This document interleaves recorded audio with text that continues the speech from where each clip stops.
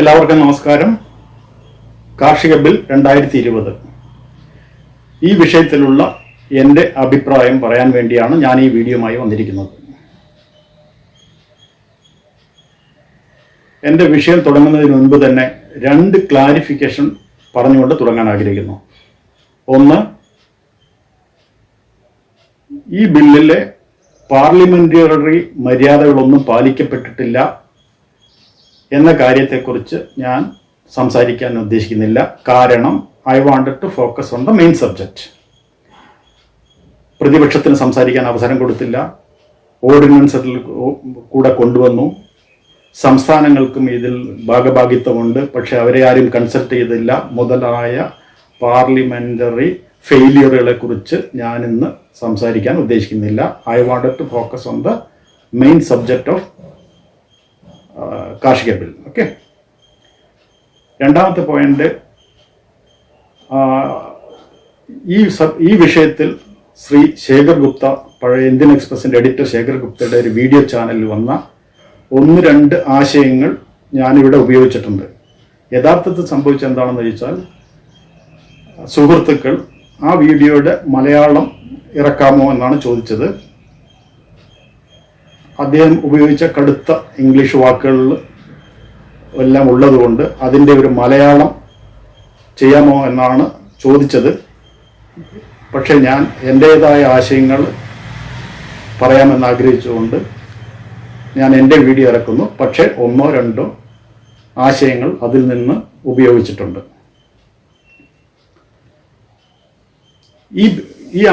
ഈ വിഷയം നിങ്ങളുടെ മുന്നിൽ പ്രസന്റ് ചെയ്യാൻ ആഗ്രഹിച്ചപ്പോൾ ഞാൻ അതിനെ പ്രോസ് ആൻഡ് കോൺസ് എന്തൊക്കെ എന്ന നിലയിലാണ് നിങ്ങളുടെ മുൻപിൽ പ്രസന്റ് ചെയ്യാൻ ഉദ്ദേശിച്ചത്.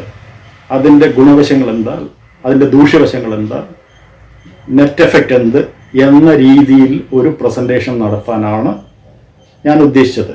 അതിനായി ഞാൻ മീഡിയകളിലും പ്രസ് നോട്ടുകളിലും അതിൻ്റെ കോൺസ് അഭിപ്രായങ്ങൾ എന്തൊക്കെയാണ് എന്ന് ഒരു ലിസ്റ്റ് ഇട്ട് നോക്കി. നിരാശയായിരുന്നു ഫലം. അവിടെയൊക്കെ സ്ഥിരം പല്ലവികളായ കോർപ്പറേറ്റ്, വൻകിട, ചൂഷണം, കുത്തക, മുതലാളി, അംബാനി, അദാനി മുതലായ സ്ഥിരം ഡയറികൾ, വയറിളക്കങ്ങൾ മാത്രമാണ് അവിടെ കണ്ടത്. എനിക്ക് ഇക്കാര്യത്തിൽ പറയാനുള്ളത്, നിങ്ങൾ ഈ ആശയങ്ങൾ വെച്ചുകൊണ്ട്, കോർപ്പറേറ്റ്, വൻകിട മുതലായ ആശയങ്ങൾ വെച്ചുകൊണ്ട് ഈ വിഷയത്തെ, പ്രത്യേകിച്ച് കാർഷിക ബിൽ എന്ന വിഷയത്തെ സമീപിച്ചാൽ യാഥാർത്ഥ്യത്തിനടുത്ത് നിങ്ങൾക്ക് എത്താൻ കഴിയില്ല. കോർപ്പറേറ്റുകൾ മുഴുവൻ രാവിലെ എണിച്ചുകൊണ്ട് ആരെ ചൂഷണം ചെയ്യാം എന്ന് തിരഞ്ഞു നടക്കുന്നവരല്ല. പ്രത്യേകിച്ച് ഇന്ത്യൻ കോർപ്പറേറ്റുകൾ, they are very respectable citizens. Indian സാഹചര്യങ്ങളെ മനസ്സിലാക്കിക്കൊണ്ട്, ഇന്ത്യ എന്ന രാജ്യത്തെ സ്നേഹിച്ചുകൊണ്ട്, ഇന്ത്യൻ സാധാരണക്കാരനെ ബഹുമാനിക്കുന്ന ഒരു കോർപ്പറേറ്റ് കൾച്ചറാണ് ഭാഗ്യവശാൽ ഇന്ത്യയിലുള്ളത്. അത് മാനിക്കാതെ കോർപ്പറേറ്റുകൾ രാവിലെ എണിച്ച് ആരൊക്കെ ചൂഷണം ചെയ്യാൻ പറ്റുമെന്ന് ആലോചിച്ച് നടക്കുന്നു എന്ന രീതിയിലുള്ള പ്രസൻറ്റേഷൻ, കോർപ്പറേറ്റ്, മുതലാളി, കുത്തക, ചൂഷണം,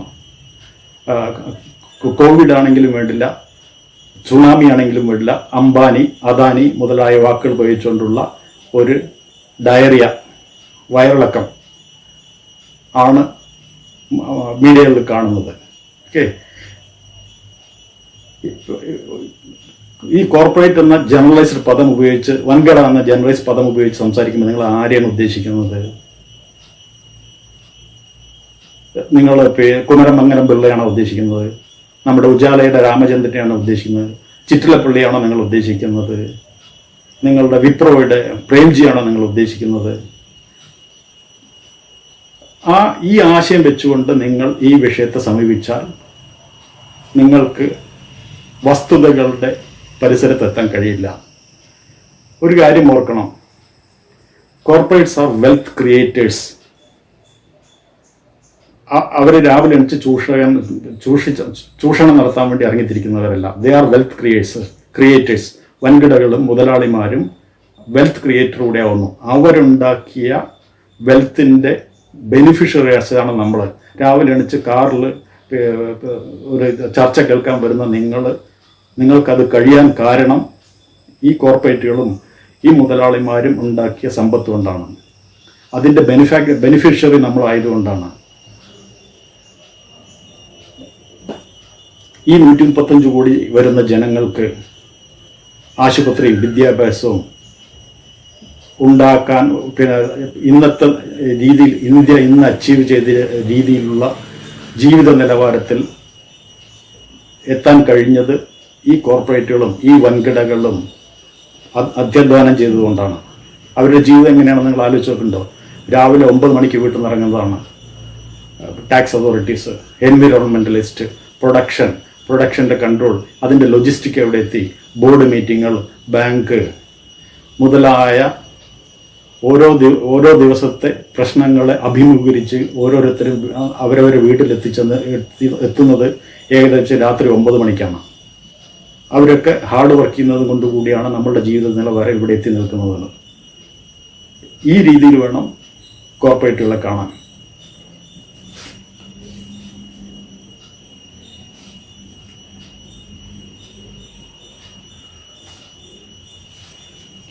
ഇനി ഈ സബ്ജക്റ്റിനെ കുറിച്ച് അപ്പോൾ എന്താണ് ഈ ബില്ല്? എന്താണ് ഈ ബില്ല്?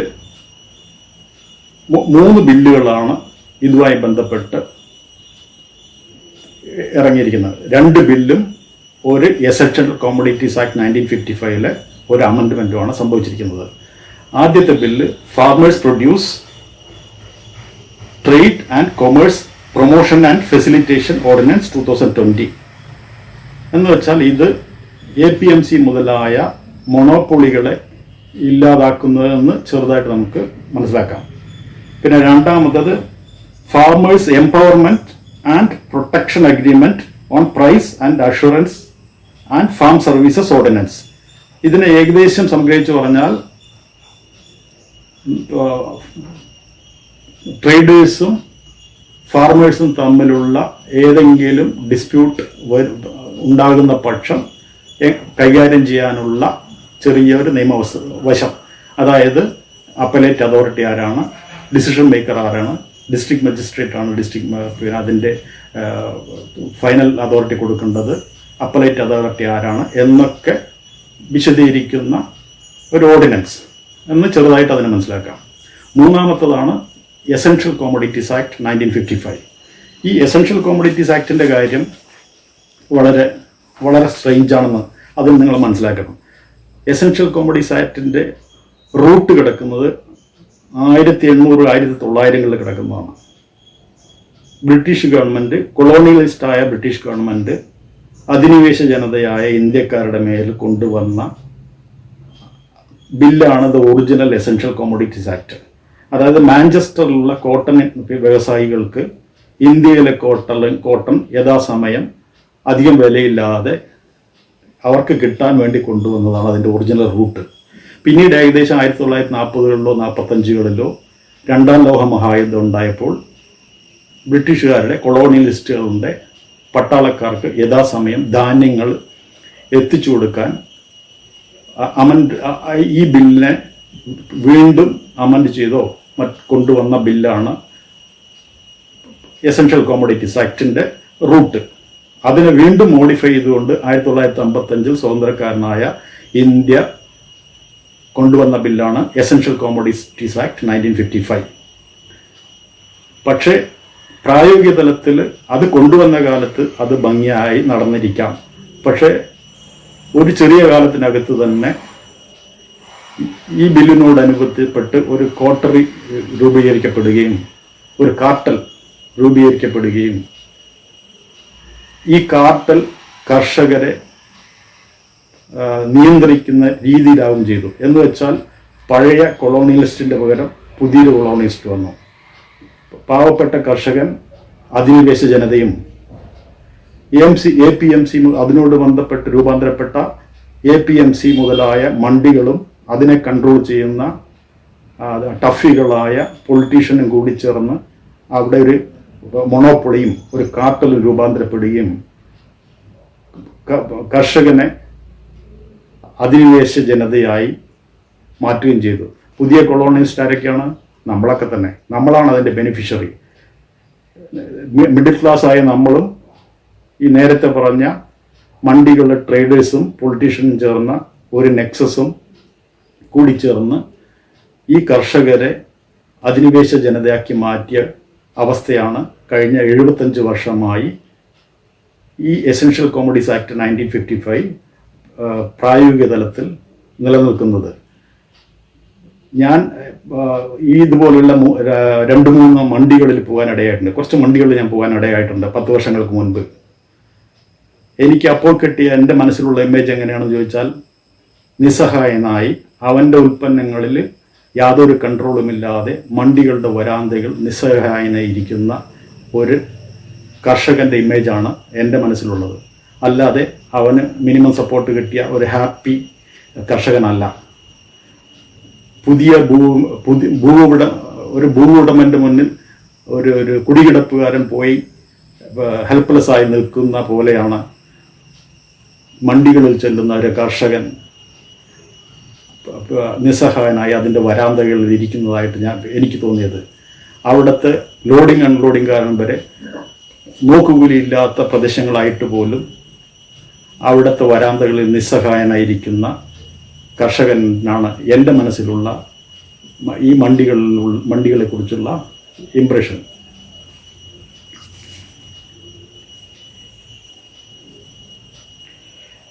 ഇവിടെ എന്താ സംഭവിക്കുന്നത് ചോദിച്ചാൽ, അവിടെ ഒരു മൊണോപ്പൊളി നടപ്പാക്കപ്പെടുകയാണ്. ഉദാഹരണമായി, നമ്മൾ മിഡിൽ ക്ലാസ്സുകാരനായ നമ്മൾ ഒരു പ്രൊഡക്റ്റ് വാങ്ങിക്കാൻ പോവുകയാണെന്ന് ചോദിച്ചോട്ടെ, ഉള്ളി വാങ്ങിക്കാൻ പോവുകയാണ്. കിലോ 50 രൂപ എന്ന് പറഞ്ഞു. അപ്പോൾ നമ്മൾ പറയും നമുക്ക് വേണ്ട എന്ന് പറഞ്ഞാൽ എന്താ അതിൻ്റെ അർത്ഥം? ട്രേഡറും മിഡിൽ ക്ലാസ്സായ നമ്മളും തമ്മിൽ അവിടെ ഒരു ഫ്രീ മാർക്കറ്റ് നടക്കണം. നമ്മൾ വേണ്ട, നമ്മൾ വേണമെന്ന് പറയുന്നു, നടക്കുന്നു. പക്ഷേ കർഷകനായ അവൻ്റെ ഉൽപ്പന്നവും അവൻ്റെ ട്രേഡറും തമ്മിൽ ഈ ഫ്രീ മാർക്കറ്റ് നടക്കപ്പെടുന്നില്ല. അവിടെ നടക്കപ്പെടുന്നത് കർഷകൻ്റെ നിസ്സഹായാവസ്ഥയാണ്. ഉദാഹരണമായി ഉള്ളിയുടെ ഉദാഹരണം തന്നെ ഞാൻ എടുക്കാൻ ആഗ്രഹിക്കുന്നു. ഒരു വർഷം എല്ലാവരും പറയുന്ന ഉദാഹരണമാണ് ഉള്ളിയുടെ ഉദാഹരണം. അത് തന്നെ ഞാൻ പറയാൻ ആഗ്രഹിക്കുന്നു. ഒരു വർഷം ഉള്ളിയുടെ വില 5 രൂപയാണെന്ന് വിചാരിച്ചോളൂ. കിലോ 5 രൂപ. പാവപ്പെട്ട കർഷകൻ അതവിടെ വിൽക്കാൻ ഇടപെടുന്നു. മണ്ടിയുടെ കമ്മീഷനും മാർജിനും എല്ലാം കൊടുത്ത ഒരു തുക മാത്രമാണ് ഇത്രയും നഷ്ടത്തെ വിട്ടാലും പാവപ്പെട്ട കർഷകന് കിട്ടുന്നത്. അടുത്ത വർഷം ഉള്ളിയുടെ വില 80 രൂപയാണെന്ന് വിചാരിച്ചോളൂ. ഉടനെ മിഡിൽ ക്ലാസ് ആയ നമ്മളെല്ലാം കൂടി ശബ്ദവും ബഹളം ഉണ്ടാക്കി, മീഡിയകളെല്ലാം കൂടി ശബ്ദം ബഹളം ഉണ്ടാക്കി, അത് ആ ഉള്ളിയുടെ വില 80 രൂപയായിരുന്നു, ഈ ഗവൺമെൻറ് എന്താണെന്ന് ചോദിച്ചു. ഉടനെ ഈജിപ്തിൽ നിന്നോ അല്ലെങ്കിൽ ടർക്കിയിൽ നിന്നോ ഉള്ളി ഇറക്കുമതി ചെയ്തു. ഈ മാർക്കറ്റിനെ ഡാമേജ് ചെയ്തു. അപ്പോൾ പ്രയോഗത്തിൽ എന്ത് സംഭവിച്ചെന്ന് ചോദിച്ചാൽ, കഴിഞ്ഞ വർഷത്തിൽ ആ കർഷകനുണ്ടായ നഷ്ടങ്ങളോ കടബാധ്യതകളോ മാറ്റി ഈ പുതിയ വിലയ്ക്ക് അവന് മാർക്കറ്റിലെ തുലനത്തിലൂടെ കിട്ടാവുന്ന ബെനിഫിറ്റിന് നമ്മൾ ഇല്ലാതാക്കി. ഈ മിഡിൽ ക്ലാസ് എന്ന നമ്മൾ അവരുടെ മേലുള്ള അധീശത്വം സ്ഥാപിച്ചു. ഇതാണ് പ്രാക്ടിക്കലി സംഭവിച്ചത്. ഇതാണ് എല്ലാവരും കൊട്ടിഘോഷിക്കുന്ന APMCയിൽ ഏകദേശം നടക്കുന്നത്. എല്ലാ APMCകളും മണ്ടികളും ഇങ്ങനെയാണ് എന്ന് ഞാൻ പറയുന്നില്ല.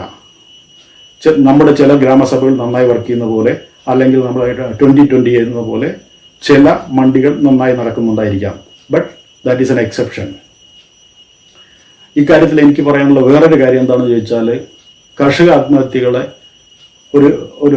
ഒരു കർഷകൻ്റെ മകൻ, ഒരു എക്കണോമിസ്റ്റായി ഒരു കർഷകൻ്റെ മകൻ കർഷക ആത്മഹത്യകളെക്കുറിച്ച് ഒരു പഠനം നടത്തുകയോ ഒരു ഇൻവെസ്റ്റിഗേഷൻ നടത്തുകയോ ചെയ്താൽ കർഷക ആത്മഹത്യകളുടെ വലിയൊരു ഭാഗം ഈ APMCയുടെ ഭരണരീതിയിൽ APMC എന്ന സിസ്റ്റത്തിലും പോയി എത്തിച്ചേർക്കണമെന്നാണ് എൻ്റെ ഒരു ധാരണ.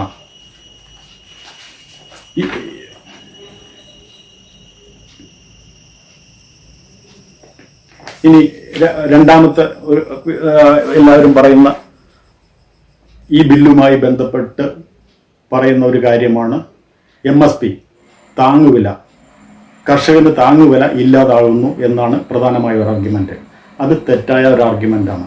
താങ്ങുവില ഇനിയും തുറന്നുകൊണ്ടേയിരിക്കും. പക്ഷേ അത് ഒരു ലോങ് റണ്ണിൽ ഇത് പരാജയപ്പെടുമോ എന്നാണ് ആങ്സൈറ്റി. താങ്ങുവില, രണ്ടാമത്തെ കാര്യം ഇവിടെ മനസ്സിലാക്കേണ്ടത്, താങ്ങുവില എന്ന് പറഞ്ഞത് മിനിമം പ്രൈസാണ്. ഈ മണ്ടിയിൽ നേരത്തെ പറഞ്ഞ കാർട്ടലുകളും എല്ലാവരും ചേർന്ന് എന്താ സംഭവിക്കുന്നത് ചോദിച്ചാൽ, കർഷകനെ ഒരിക്കലും പണക്കാരൻ ആകാൻ അനുവദിക്കുന്നില്ല. അവനെ എന്നെന്നും പാവപ്പെട്ടവനാക്കി നിർത്തുന്ന ഒരു അവസ്ഥയായിട്ടാണ് ഈ MSP പ്രവർത്തിക്കുന്നത്. വില കൂടുന്ന കാലത്തും ഈ ടഫികളായ പൊളിറ്റീഷ്യനും മണ്ടിയിലെ ട്രേഡേഴ്സിനും അറിയാം കർഷകന് വേറെ നിവൃത്തിയില്ല. അപ്പോഴും ഈ കൂടിയ വില എന്ന മാക്സിമം പ്രൈസ് വന്ന് കർഷകന് പണക്കാരനാകാനുള്ള അവസ്ഥകൾ സംജാതമാകുന്നതേയില്ല. അതാണ് ഇൻ പ്രാക്ടിക്കൽ ഈ താങ്ങുവില എന്ന കാര്യം പ്രായോഗിക തലത്തിൽ നടപ്പാക്കപ്പെടുന്നത്. ഇക്കാര്യത്തിൽ ഈ താങ്ങുവില എന്ന സുന്ദര പദം കർഷകൻ്റെ ജീവിതത്തിൽ ബാധിക്കുന്നത് എൻ്റെ പാലക്കാട്ടുകാരുടെ കർഷകൻ്റെ ഒരു അവസ്ഥയിൽ പറഞ്ഞുകൊണ്ട് ഞാൻ വിശദീകരിക്കാൻ ആഗ്രഹിക്കുന്നു. കേരളത്തിൽ മണ്ടികളില്ല എങ്കിലും താങ്ങുവില എന്തൊക്കെ സംഭവിക്കുന്നു എന്നതിൻ്റെ ഒരു ഉദാഹരണമായി അല്പം ഡൈവേർട്ടഡ് ആണെങ്കിൽ കൂടെ പാലക്കാടൻ നെൽകൃഷിക്കാരൻ്റെ കാര്യം ഞാൻ വിശദീകരിക്കാൻ ആഗ്രഹിക്കുന്നു. 1 കിലോ നെല്ല് താങ്ങുവില പ്രകാരം 27 രൂപയ്ക്കാണ് സർക്കാർ അവരിൽ നിന്ന് ഏറ്റെടുക്കുന്നത്. 1 കിലോ നെല്ല് പുഴുങ്ങി അരച്ചാൽ 60% അരിയാണ് കിട്ടുക. എന്ന് വെച്ചാൽ 600 ഗ്രാം അരി കിട്ടും. 2 കിലോ നെല്ല് പുഴുക്കി അരച്ചാൽ ആണ് 1 കിലോ 200 ഗ്രാം അരി കിട്ടുന്നത്. അപ്പോൾ വലിയ എത്രയായി? 27 54.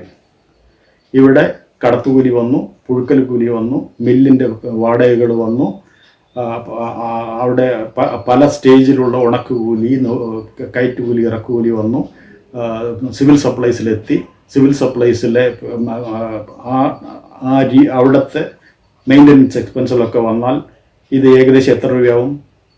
ഈ 54 രൂപ ഏകദേശം എത്രയാവും? ഏറ്റവും ചുരുങ്ങിയത് 70 രൂപയെങ്കിലും ആകണം 1 കിലോ അരിക്ക് വിറ്റാലേ ഈ പ്രൊഡക്റ്റ് കോസ്റ്റ് ആവുള്ളൂ. പ്രൊഡക്റ്റീവ് കോസ്റ്റ്, 1 കിലോ അരിയുടെ പ്രൊഡക്റ്റീവ് കോസ്റ്റ് ആവുന്നുള്ളൂ. പക്ഷേ എത്രയ്ക്കാണ് അത് വിൽക്കുന്നത്? 1 രൂപയ്ക്ക് 1 കിലോ അരി എന്ന നിലയ്ക്കാണ് സർക്കാർ വിൽക്കുന്നത്. എന്ന് പറഞ്ഞാൽ എന്താണ് അതിനർത്ഥം? 69 രൂപ ഡിസ്കൗണ്ട് ആണെന്നർത്ഥം. എന്ന് പറഞ്ഞാൽ വലിയൊരു ശതമാനം ജനങ്ങളും ഉപയോഗിക്കുന്ന ഡിമാൻഡിനെ ഡാമേജ് ചെയ്തു എന്നതിൻ്റെ അർത്ഥം. ഈ 70 രൂപയ്ക്ക് മുകളിൽ കർഷകൻ ഒരു പ്രോഫിറ്റും കൂടി കൂട്ടിച്ചേർത്ത് ഒരു 90 രൂപയ്ക്ക് 1 കിലോ അരി വിറ്റു എന്ന് വിചാരിക്കുക. എന്താണ് മാറ്റം ഉണ്ടാകാൻ പോകുന്നത്?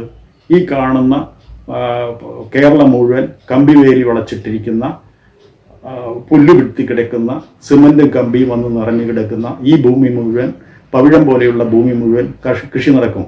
നിങ്ങൾ ധരിച്ചു വെച്ചിരിക്കുന്നത് ലേബർ കിട്ടാത്തത് കൊണ്ടാണ് ഇതൊക്കെ കമ്പിവേലി കെട്ടിയിരിക്കുന്നത് ചിലപ്പോൾ നിങ്ങൾ ധരിച്ചിട്ടുണ്ടാവും.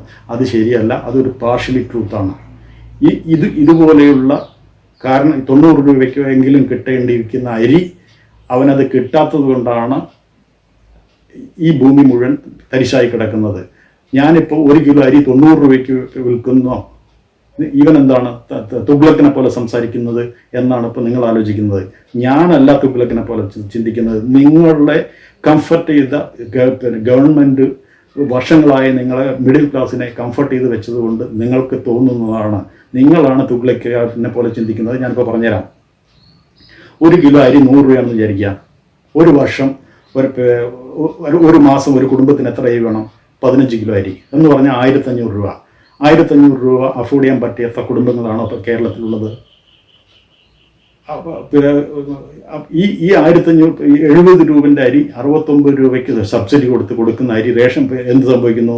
പാതി ഡൈവേർട്ട് ചെയ്തുകൊണ്ട് മില്ലുകളിൽ പോയി അവൻ അതിനെ പോളിഷ് ചെയ്തുകൊണ്ട് 45 രൂപയ്ക്ക് 30 രൂപയ്ക്ക് നമുക്ക് കൊണ്ടുതരുന്നു. അവിടെയും മാർക്കറ്റിനെ ഡാമേജ് ചെയ്തു, അവിടെയും ഡിമാൻഡിനെ ഡാമേജ് ചെയ്തു. അവിടെയും ഡിമാൻഡിനെ ഡാമേജ് ചെയ്തു. ഒരു വശം 69 രൂപ സബ്സിഡി കൊടുത്ത് വലിയൊരു ജനവിഭാഗത്തെ ഡിമാൻഡിനെയും പിടിച്ച് ഡാമേജ് ചെയ്തു. ഇത് മുഴുവൻ ബേർഡൻ വരുന്നതെവിടെയാണ്? കർഷകൻ്റെ മേലെയാണ് ഇപ്പോൾ ബേർഡൻ വരുന്നത്. അപ്പം നിങ്ങൾ ചോദിക്കും, പാവപ്പെട്ടവരോ അവർക്ക് നിങ്ങൾക്ക് പെൻഷൻ കൂട്ടി കൊടുക്കാമല്ലോ. നിങ്ങൾ 2 രൂപ പിന്നെ 2000 രൂപൻ്റെ പെൻഷന് പോലെ 4000 കൊടുക്കൂ. 1 കിലോ അരി 100 രൂപയ്ക്ക് വാങ്ങിക്കപ്പെടട്ടെ. ഒരു വാർക്കപ്പണിക്കാരന് ഒരു ദിവസത്തെ ലേബർ 650 രൂപ 700 രൂപയാണ്. അപ്പോൾ 1500 രൂപ ഒരു മാസത്തേക്ക് ചിലവാക്കാൻ പിന്നെ അത്ര വലിയ അൺബിയറബിൾ ഡാമേജ് ആണോ? ഈ പാവപ്പെട്ടവൻ്റെ പേരും പറഞ്ഞ് ലോവർ മിഡിൽ ക്ലാസ് വരെ 1 രൂപയ്ക്ക് അരി വാങ്ങിച്ചുകൊണ്ട് മാർക്കറ്റിനെ ഡാമേജ് ചെയ്യപ്പെടുകയാണ്. അതുകൊണ്ടാണ് ഞാൻ പറഞ്ഞത് ആ ചിന്ത മിഡിൽ ക്ലാസ്സിനെ കംഫർട്ട് ചെയ്ത തുഗ്ലക്കിയൻ ചിന്ത നിങ്ങളുടേതാണ്. പിന്നെ ഈ കാര്യത്തിൽ വേറെ കാര്യം കൂടെ പിന്നെ ആലോചിക്കണം. ഈ ഒരു 69 രൂപ സബ്സിഡി കൊടുക്കുമ്പോൾ ഈ കാശ് എവിടെ നിന്നാണ് വരുന്നത്? ഈ കാശ് വരുന്നത് RBI ബോണ്ട് ഇറക്കിയിട്ടാണ്. GSTയിൽ നിന്ന് കളക്ട് ചെയ്ത സർപ്ലസ് കൊണ്ടല്ല ഈ സബ്സിഡൈസ് ചെയ്ത് അരി വെക്കുന്നത്. അത് നമ്മുടെ ജനിക്കാൻ പോകുന്ന മക്കളിൽ നിന്ന് കടം എടുത്തുകൊണ്ട് 69 രൂപ സബ്സിഡി കൊടുക്കുകയാണ്. അങ്ങനെയും പിന്നെ ഒരവസ്ഥയുണ്ട്. എന്ന് പറഞ്ഞാൽ പ്രാക്ടിക്കലി ഈ പാവപ്പെട്ട കർഷകൻ്റെ മാർക്കറ്റ് അവന് സ്വാഭാവികമായി അവന് കിട്ടേണ്ട വരുമാനം ഇതൊന്നും ഒരിക്കലും MSP കാരണം MSP എന്നൊക്കെ പറഞ്ഞ് നമ്മൾ അവനെ കംഫർട്ട് ചെയ്ത് നിർത്തുന്നുണ്ടെങ്കിലും അവനൊരു പണക്കാരനാകാൻ സമ്മതിക്കാതെ അവനെ തടഞ്ഞു നിർത്തിയിരിക്കുകയാണ്. ഞാൻ നടക്കാൻ പോകുന്ന വഴിയിൽ ഒരു കർഷകനുണ്ട്, ഒരു 10-65 വയസ്സായ വ്യക്തി. ഞങ്ങൾ സാധാരണ കുശലമൊക്കെ പറയുന്ന ഒരു വ്യക്തിയാണ്. അദ്ദേഹത്തിന് ഒരു ഏകദേശം 8 വര കൃഷിയുണ്ട്. 8 വര എന്ന് പറഞ്ഞാൽ 0.8 ഏക്കേഴ്സ് കൃഷിയുണ്ട്. ഒരു ദിവസം അദ്ദേഹം, ഞാൻ ചോദിക്കാതെ തന്നെ അദ്ദേഹം എൻ്റെ അടുത്ത് വളണ്ടറി ചെയ്ത് പറഞ്ഞതാണ്, സാറേ ഞാൻ ഒരിക്കലും ഇവിടെ വരുന്ന ചിലവൊക്കെ കൃഷിക്ക് വരുന്ന ചിലവിൻ്റെ മുഴുവൻ ലിസ്റ്റ് ഇട്ടു. കന്നുകൂട്ടാനുള്ള ചിലവ്, നടാനുള്ള ചിലവ്, കളപറിക്കാനുള്ള ചിലവ്, മരുന്ന് വാങ്ങിക്കാനും മരുന്ന് കൊയ്യാനുള്ള ചിലവ് മുഴുവൻ ഞാൻ ലിസ്റ്റ് ഇട്ടു. അവസാനം എനിക്ക് കിട്ടിയത് 800 രൂപയാണ്. ഒരു സീസണിൽ അദ്ദേഹത്തിന് കിട്ടിയത് 800 രൂപയാണ്. ഇതിൽ അദ്ദേഹത്തിൻ്റെ അധ്വാനം ഒന്നും പിന്നെ ഉപയോഗിച്ചിട്ടില്ല.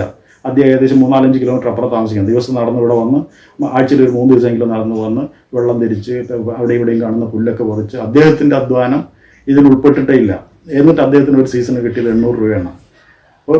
ഞാൻ കോളേജിൽ പഠിക്കുന്ന കാലത്ത് 10 വരയ്ക്ക് 8 വര എന്ന് പറഞ്ഞ് 10 വര കൃഷിയുള്ള ഒരു വ്യക്തി എന്ന് പറഞ്ഞാൽ അവൻ ആ കാലത്തെ സമുദായത്തിൻ്റെ ഒരു ബെറ്റർ ഹാഫാണ്. ആവറേജിന് മുകളിൽ താമസിക്കുന്ന ഒരു വ്യക്തികളാണ്. ഇന്ന് അവരെന്ത് സംഭവിച്ചു? അവരൊക്കെ ഇന്ന് ബിലോ പോവർട്ടി ലൈനിലാണ്. അവരുടെ മക്കൾ ഈ പറഞ്ഞ അദ്ദേഹത്തിൻ്റെ മകൻ പിന്നെ കുടുംബം എങ്ങനെ പുലർത്തുന്നത്? അദ്ദേഹത്തിൻ്റെ മകൻ വാർക്കപ്പണിക്ക് പോയിട്ടാണ് ജീവിക്കുന്നത്. ഈ അവസ്ഥയിലെത്തിയിരിക്കുന്നത്. പക്ഷേ നമ്മൾ MSP താങ്ങുവിലേക്ക് കർഷകന് കൊടുക്കുന്നതെന്ന് പറഞ്ഞ് അവനെ സമാധാനിപ്പിച്ചു വെച്ചിരിക്കുന്നു. സത്യത്തിൽ മാർക്കറ്റിൻ്റെ ഡാമേജ് ചെയ്തത് കാരണം അവൻ്റെ ജീവിതത്തിൽ ഉണ്ടായ ബാധ്യത അവന് മനസ്സിലാകുന്നില്ല.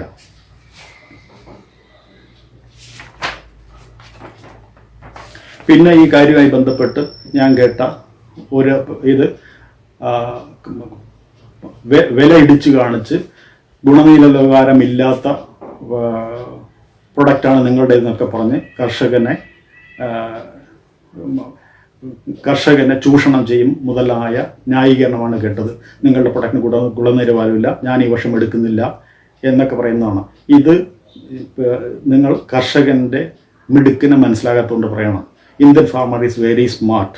He know how to handle this so called വൻകിടകളും കോർപ്പറേറ്റുകളും എങ്ങനെ കൈകാര്യം ചെയ്യാമെന്ന് അവന് വളരെ വ്യക്തമായിട്ട് അറിയാം. അവന് ഉദാഹരണമായിട്ട് ഒരു സീസണിൽ ഏതെങ്കിലും ഒരു വൻകിടക്കാരൻ പ്രൊഡക്റ്റ് കൊയ്ത് അത് വിളയെടുക്കുന്ന കാലത്ത് വിളയെടുത്തില്ല എന്ന് വിചാരിക്കുക. എന്താണ് അതിന് അർത്ഥം ഉണ്ടാവുക? ആ കോർപ്പറേറ്റിൻ്റെ ആ വൻകിടക്കാരൻ്റെ ഗുഡ് വില്ല് പോവും. അടുത്ത സീസണിൽ അവന് ആ ഡിസ്ട്രിക്റ്റിൽ പോലും എൻ്റർ ചെയ്യാൻ പറ്റാതെ വരും. And the Indian farmer is very smart. Don't under estimate him. ഒരു ഇന്ദിരാഗാന്ധിയോ ഒരു പ്രകാശ് സിംഗ് ബാദലിനെയോ ഒരു പവാറിനെയോ നിലയ്ക്ക് നിർത്താൻ കഴിയുമെങ്കിൽ ഒരു കോർപ്പറേറ്റിനെ നിലയ്ക്ക് നിർത്താനും അവന് കഴിയും. പക്ഷെ ഇത് നിങ്ങൾ ആലോചിച്ച് 2+2 ലോജിക്ക് ഉപയോഗിക്കുമ്പോഴാണ് ഇങ്ങനെ വരുന്നത്. പക്ഷെ സത്യത്തിൽ സംഭവിക്കുന്നത് അങ്ങനെയല്ല. പിന്നെ സാധാരണ രീതിക്ക് സംഭവിക്കുന്നത് കോർപ്പറേറ്റുകൾക്കും അറിയാം, കർഷകനും നമ്മളുടെ കൂടെ വളർന്നു വന്നാലേ ഈ ബിസിനസ് ഡെവലപ്പ് ചെയ്തു പോകുന്നു അവർക്കും അറിയാം. സാധാരണ രീതിക്ക് കോർപ്പറേറ്റുകൾ കർഷകൻ്റെ പ്രശ്നങ്ങളും മനസ്സിലാക്കിക്കൊണ്ട് അവർ തമ്മിലുള്ളൊരു മാരേജാണ് സത്യത്തിൽ സംഭവിക്കാൻ പോവുക. അല്ലാതെ പിന്നെ എന്നാണ് ഏത് കർഷകനെയാണ് ചൂഷണം ചെയ്യുന്നത് പറഞ്ഞ് ഒരു കർഷകൻ നടന്നു വരികയല്ല ചെയ്യുന്നത്.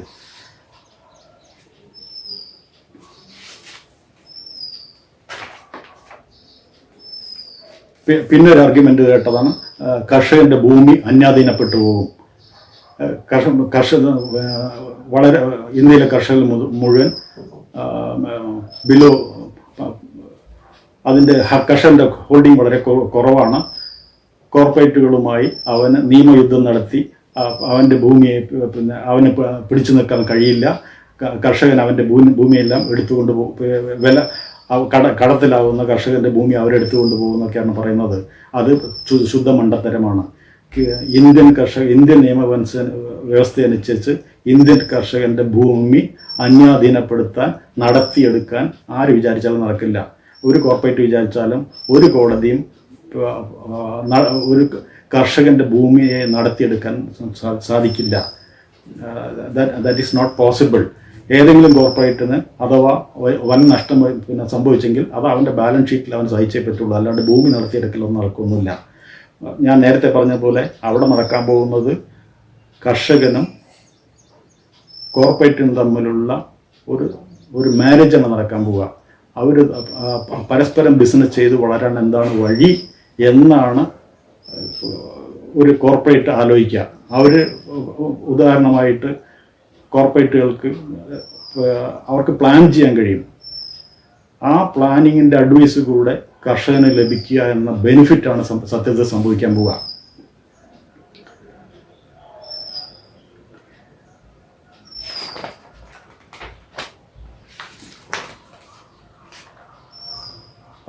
പിന്നെ ഇതുമായിട്ട് ബന്ധപ്പെട്ട് വേറൊരു ഇത് കേട്ടത് കോൺട്രാക്ട് ഫാമിംഗ് ആണ്.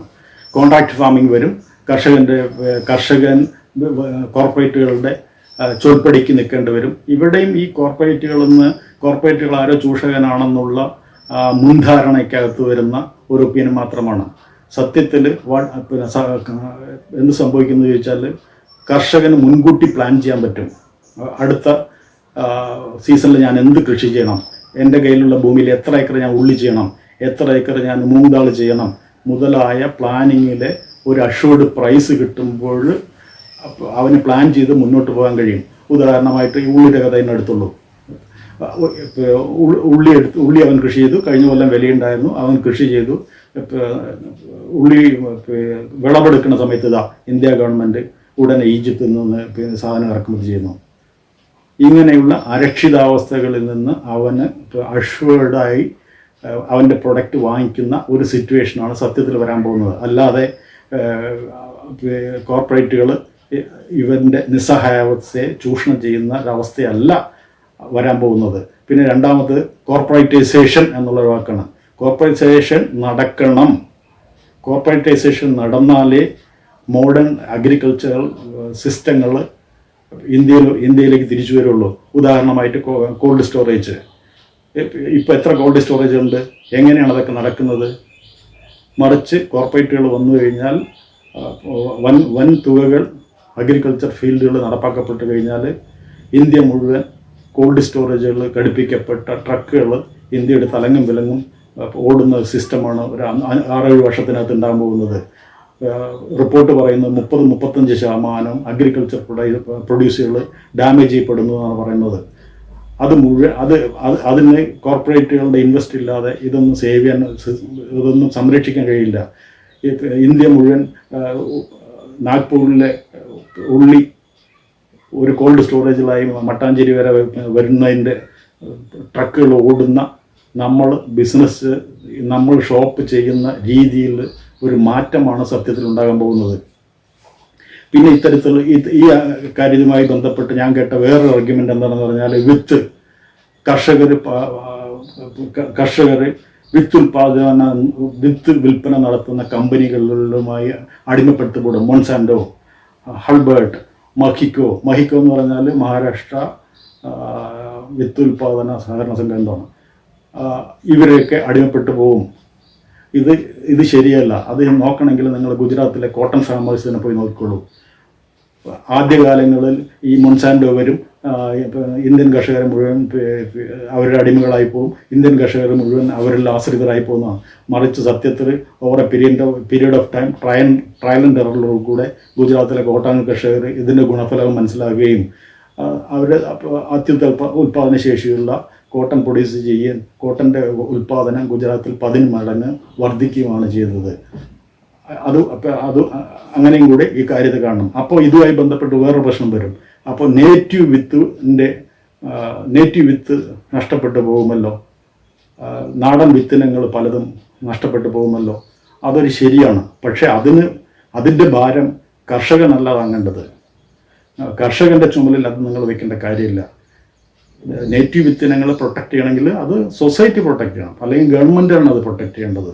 ഗവൺമെൻറ് അവരുടെ കാർഷിക യൂണിവേഴ്സിറ്റികളിൽ കൂടെയോ അല്ലെങ്കിൽ ഗവൺമെൻറ് നടത്തുന്ന ഫാമുകളിൽ കൂടെയോ നിങ്ങളത് പ്രൊട്ടക്റ്റ് ചെയ്യുക. അല്ലാതെ അതിൻ്റെ ഭാരം കർഷകൻ്റെ ഇതിൽ വയ്ക്കാതെ. ഇനി അഥവാ നിങ്ങൾക്ക് വേണമെങ്കിലോ നിങ്ങൾ അതിനനുസരിച്ച് മാറ്റുക. ഉദാഹരണമായിട്ട് നവര അരി എന്ന് പറഞ്ഞാൽ ഞങ്ങളുടെ പാലക്കാട് ഒരു അരിയുണ്ട്. നവര അരിയുടെ അത് കൃഷി ചെയ്ത പ്രശ്നം എന്താണെന്ന് വെച്ചാൽ ഈൽഡ് വളരെ കുറവാണ്. അപ്പം നിങ്ങൾക്ക് നവര അരി എന്ന നാടൻ വിത്തിനത്തെ പ്രൊട്ടക്റ്റ് ചെയ്യണമെങ്കിൽ 1 കിലോ 100 രൂപ കൊടുത്ത് നിങ്ങൾ അവരുടെ അടുത്ത് വാങ്ങിക്കുക. You interfere in the market. മാർക്കറ്റിനെ ഡാമേജ് ചെയ്യാണ്ട് പോസിറ്റീവായി ഇൻ്റർവെൻസ് ചെയ്യാൻ ഇതിനാണ് വിത്തിനങ്ങളെ പ്രൊട്ടക്റ്റ് ചെയ്യണമെങ്കിലോ മുതലായ കാര്യങ്ങൾ ചെയ്യേണ്ട. അല്ലാതെ അതിൻ്റെ ഭാരം കർഷകൻ്റെ തലയിൽ കൊണ്ടുവയ്ക്കരുത്.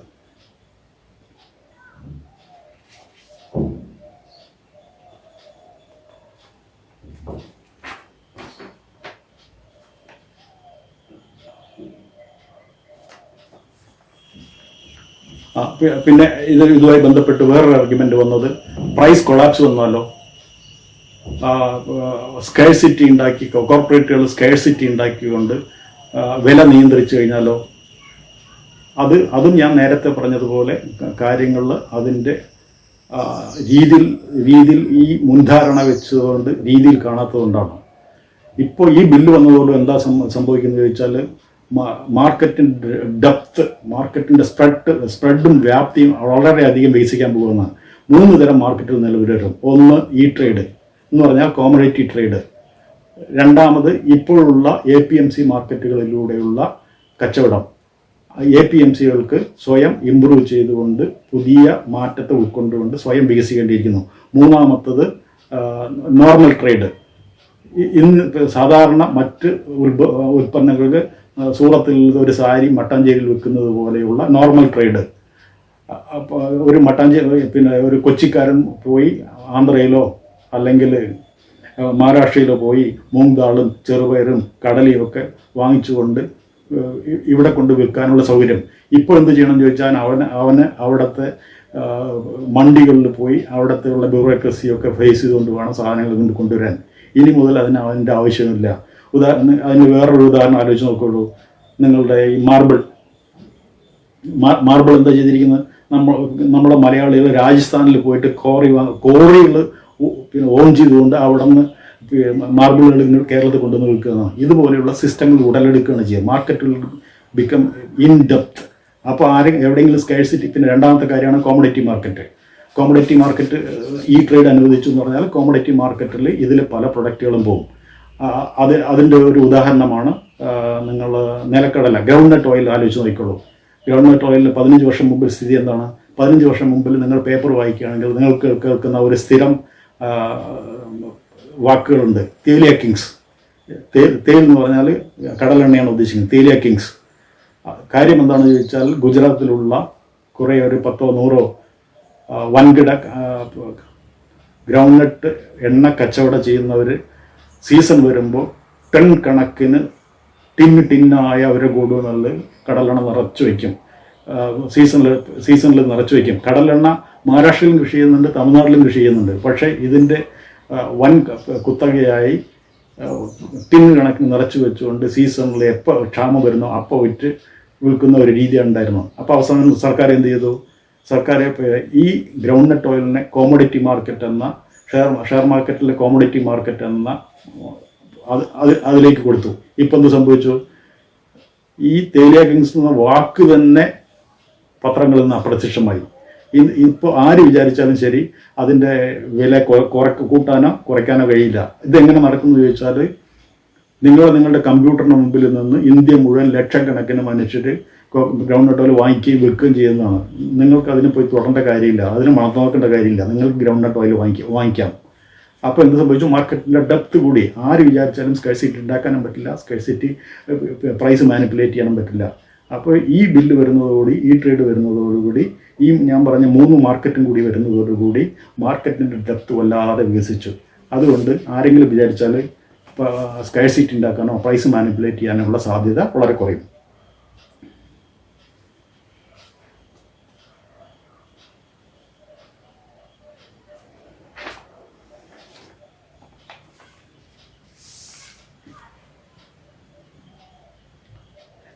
ഈ ഈ ഈ ഇത്രയൊക്കെ പറഞ്ഞതുകൊണ്ട് എല്ലാ കാര്യങ്ങളും ഗുഡിയായി നടക്കണമെന്നൊന്നുമില്ല.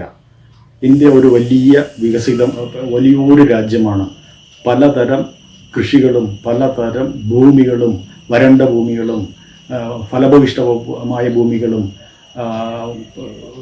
ജലസേചന സൗകര്യമുള്ള ഭൂമികളും അല്ലാത്ത ഭൂമികളുമായി പരന്നു കിടക്കുന്ന രാജ്യമാണ് നമ്മളുടേത്. അതുകൊണ്ട് പല പ്രശ്നങ്ങളും ഉണ്ടാകുക തന്നെ ചെയ്യും. അതിന് അമരീന്ദർ സിംഗിനെ പോലെയുള്ള നല്ല നേതാക്കന്മാർ നമ്മൾക്കുണ്ട്. അവർ കാര്യങ്ങൾ മനസ്സിലാക്കും, അതിനനുസരിച്ച് ഫേസ് ചെയ്യും. അപ്പോൾ നിങ്ങൾ പറയും, ഇപ്പോൾ നിങ്ങൾ ആലോചിക്കുന്ന അമരീന്ദർ സിംഗ് ഈ കാർഷിക ബില്ലിന് എതിരാണല്ലോ എന്നാണ്. അദ്ദേഹം എതിരായിരിക്കും. കാരണം പഞ്ചാബിലെ അരിയും ഗോതമ്പും FCI ഗോഡുകളിലൂടെ FCI വാങ്ങിക്കുകയും ഇന്ത്യ മുഴുവൻ വിതരണം ചെയ്യുന്നത് കാരണം അവർക്കൊരു വർഷം ഏകദേശം 5,000 കോടി രൂപയുടെയാണ് പഞ്ചാബ് ഗവൺമെൻറ്റിന് വരുമാനം വരുന്നത്. അതില്ലാതാകുന്നു. അതുകൊണ്ട് അദ്ദേഹം എതിർക്കുന്നു. നാളെ അദ്ദേഹം പ്രൈം മിനിസ്റ്ററിൻ്റെ ചെയറിൽ വന്നിരുന്നാൽ അല്ലെങ്കിൽ ഡൽഹിയിൽ വന്നിരുന്നാൽ അദ്ദേഹം ആ കാര്യത്തെ അതിനനുസരിച്ച് ചെയ്യും. അമരീന്ദർ സിംഗിനെ പോലെയുള്ള കാര്യങ്ങൾ കമ്മിറ്റഡായി മനസ്സിലാക്കി വാചാടോപങ്ങളിൽ ഇല്ലാതെ ഉള്ള നേതാക്കന്മാർ വരുമ്പോൾ ഈ ഞാൻ നേരത്തെ പറഞ്ഞ പ്രശ്നങ്ങൾ അത് ഫേസ് ചെയ്യപ്പെടും. പ്രശ്നങ്ങൾ വരും.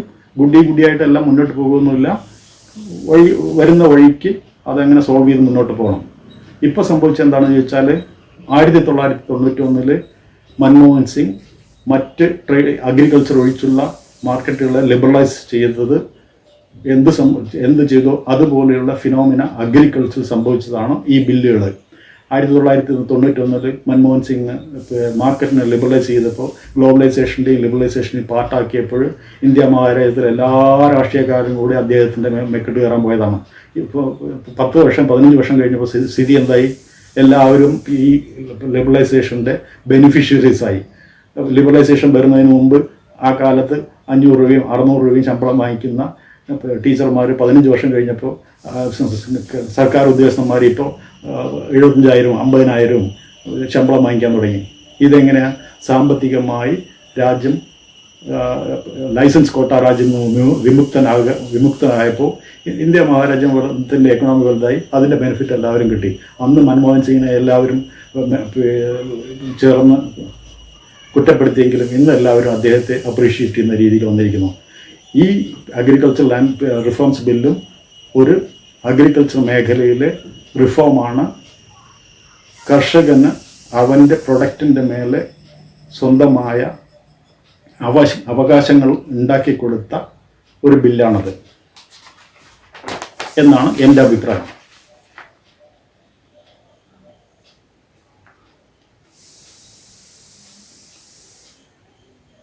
ഇത്രയും പറഞ്ഞുകൊണ്ട് ഞാൻ ഈ വിഷയത്തിലുള്ള എൻ്റെ അഭിപ്രായങ്ങൾ ഇത്രയും പറഞ്ഞുകൊണ്ട് അവസാനിപ്പിക്കുന്നു. കൺക്ലൂഷനിൽ ഞാൻ ഇത്രയും പറയുന്നത്, ഈ ബിൽ കർഷകന് സ്വാതന്ത്ര്യം കൊടുക്കുന്ന ബില്ലാണ്. അവൻ്റെ ജീവിതത്തിനും അവൻ്റെ ഉൽപ്പന്നങ്ങൾക്കും അവൻ മാത്രം അവകാശിയാക്കി മാറ്റുന്ന ബില്ലാണ് കർഷക ബിൽ 2020. രണ്ടാമത്തെ പോയിന്റ്, കർഷകനെ Indian farmer is very smart. Please do not underestimate him. He knows to control. നിങ്ങൾ മറ്റ് വിഭാഗക്കാർ, മിഡിൽ ക്ലാസ്സുകൾ അവൻ്റെ ജീവിതത്തിൻ്റെ മുകളിൽ ഉള്ള കൺട്രോളുകളിനെ വിടുവിക്കുന്ന ബില്ലാണ് കാർഷിക ബിൽ 2020. ഇത്രയും പറഞ്ഞുകൊണ്ട് ഈ വിഷയത്തിലുള്ള എൻ്റെ അഭിപ്രായം ഇവിടെ രേഖപ്പെടുത്താൻ അനുവദിച്ചതിന് നന്ദി പറഞ്ഞുകൊണ്ട് നിർത്തുന്നു. നമസ്കാരം.